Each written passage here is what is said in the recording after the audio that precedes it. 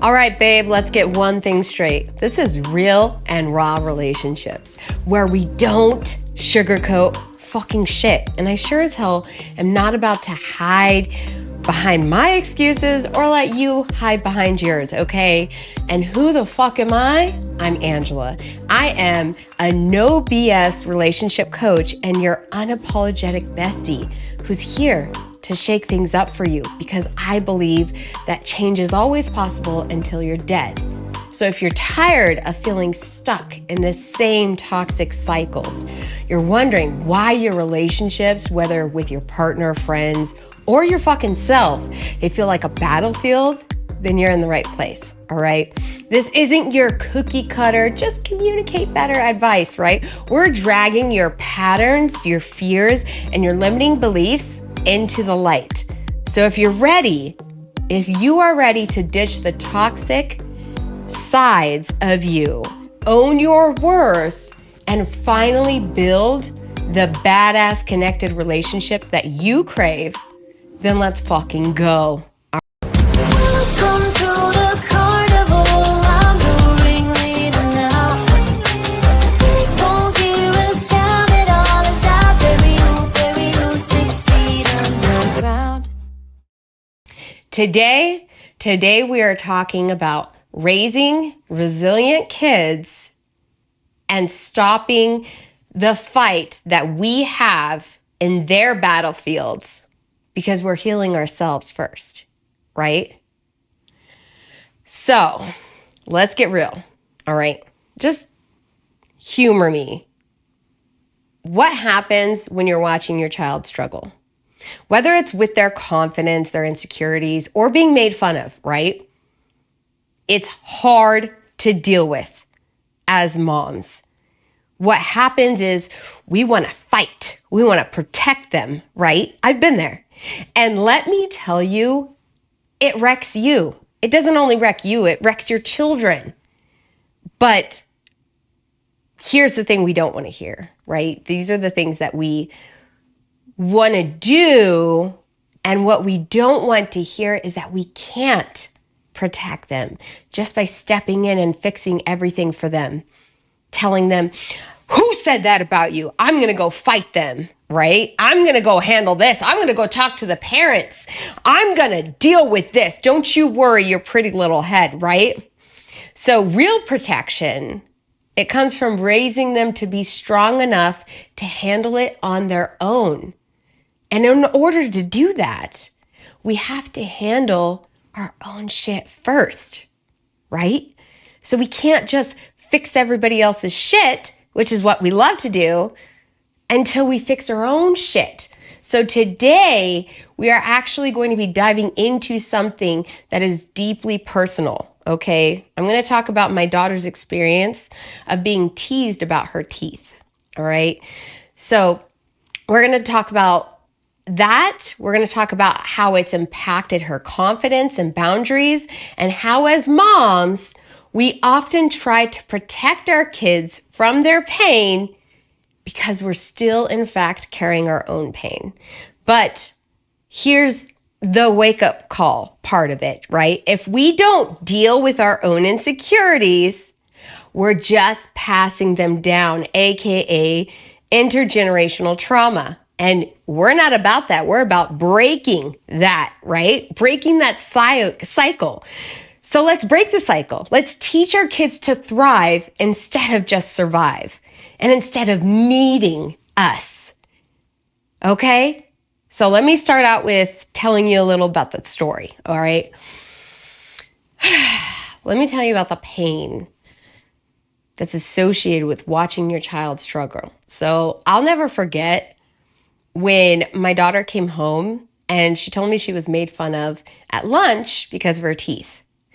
My heart literally shattered inside into a million fucking pieces. She told me that, get this, she even told me that one kid said they didn't want to sit with her because her teeth scared them. I was like, who the fuck? Our initial reaction, right? I'm going to protect you, babe. Fuck that, right? It scared them?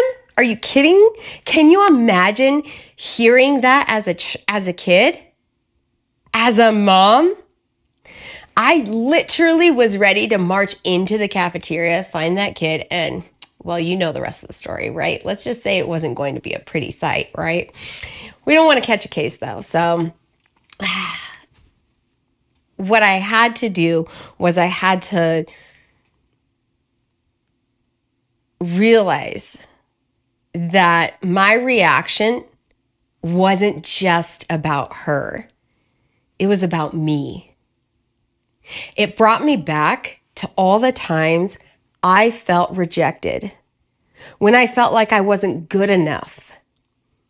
Instead of focusing on what she needed, I wanted to protect her in the way I wish someone had protected me.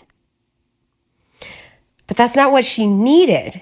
That's what I needed and never got, right? She didn't need me to fight her battles. She needed me to teach her how to fight them herself, how to communicate without trying to jump into the fucking boat with her. All right? So here's the problem with overprotecting, because that's what it is. It's our parent trap. We get trapped in this overprotecting, overwhelming need, right?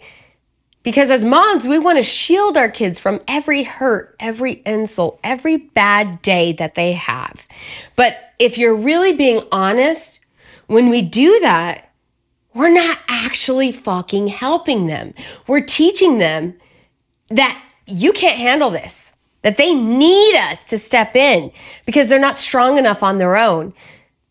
And then we're wondering why we feel so exhausted, why we feel this need to protect them, and why they can't handle anything and end up not being able to emotionally deal with anything.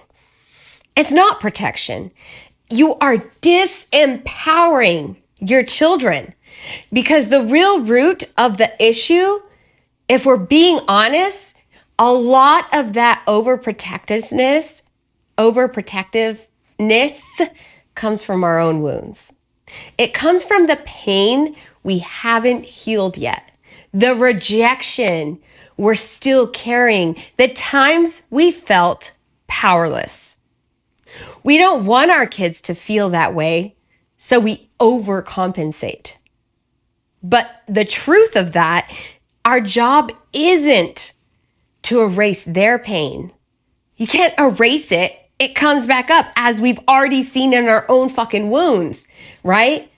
We need to guide them through it. We need to teach kids resiliency. We have to reframe their pain and rejection instead of push it away and say, don't worry about that, right? So what I did was I sat my daughter down. I said, listen, what that kid said about your teeth, that says more about them than it does about you. And I know it hurts, but their words, they can't define you. They can't define you. They only have the power that you give them. So what matters is how you actually see yourself. It wasn't about fixing her feelings or telling her to ignore it. It was about helping her actually understand that rejection is a part of life, but it doesn't define her worth. Our generation just didn't learn that rejection is a part of life, right? And that it doesn't define our worth. We have to model the confidence before we can expect them to have any confidence. It's learned behaviors. If I'm being really honest, I realized I had to check myself too. Check myself before I wreck myself. Just kidding. But how could I teach her confidence if I wasn't modeling it myself?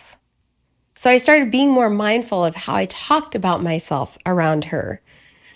This whole Oh, I'm so stupid. Oh, I remember when I was made fun of. We just talk about all these past experiences and we never actually get to the heart, right? So no more, I look awful today, or I'm so bad at this. Instead, what I started saying was, I'm proud of myself for trying, or I'm learning, and that's okay to learn. I made a mistake, and I'm going to learn from that. They absorb everything we do, babe, whether we like it or not. Your kids don't just see what you want them to see. They see those things that you are terrified of them seeing. If you want them to see their worth, you have to see yours first. You have to set boundaries. And if you don't know how to set boundaries, then just wait, okay? Because I taught her about boundaries, not just with other people, but with herself. Now, when she starts to feel insecure, I remind her to challenge those thoughts. This is what I'm talking about. Is this true, or is this just a story I'm telling myself? And when it comes to other people, I've encouraged her to use her voice because that's what it's there for. That's not okay to say to me, or even just walking away from people who don't actually respect her or her time. See, how can we do that?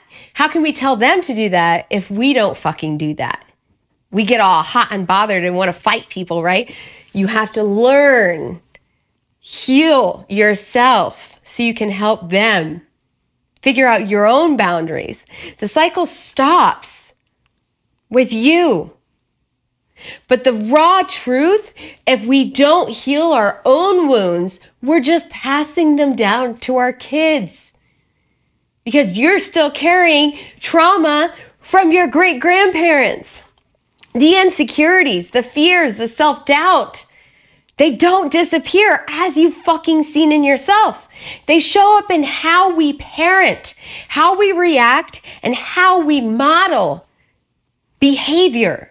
So if you want your kids to actually thrive, it has to start with you. So how do you start this healing? Angela, how the fuck do I even do this, right? First, identify your triggers. Ask yourself, what situations with my kids make me feel the most reactive? Chances are, those are tied to your own resolved pain. Seriously, your kids are resilient. You just don't give them the chance. You have to challenge your own beliefs. What lies about yourself are still being held onto? I'm not good enough. I have to be perfect. I can't handle rejection. Whatever it is, I want you to write it down. Start working to replace it with the actual hard, real and raw truth. Get support. You don't have to fucking parent on your own. Healing isn't a solo journey. Whether it's therapy, a coach, or even just a friend who gets it, find your support system. You don't have to do this alone. Hence why I have a whole community of women and we meet on bi-weekly coaching calls. Because we don't know what the fuck we're doing. We're learning it together.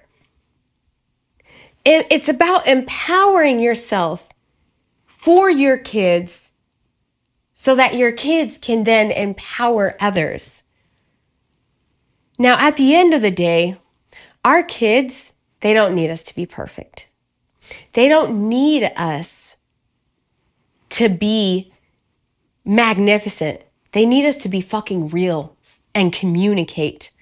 They need us to show them what it looks like to face pain, to set boundaries, to know your worth, to be vulnerable, and to keep going even when it's hard.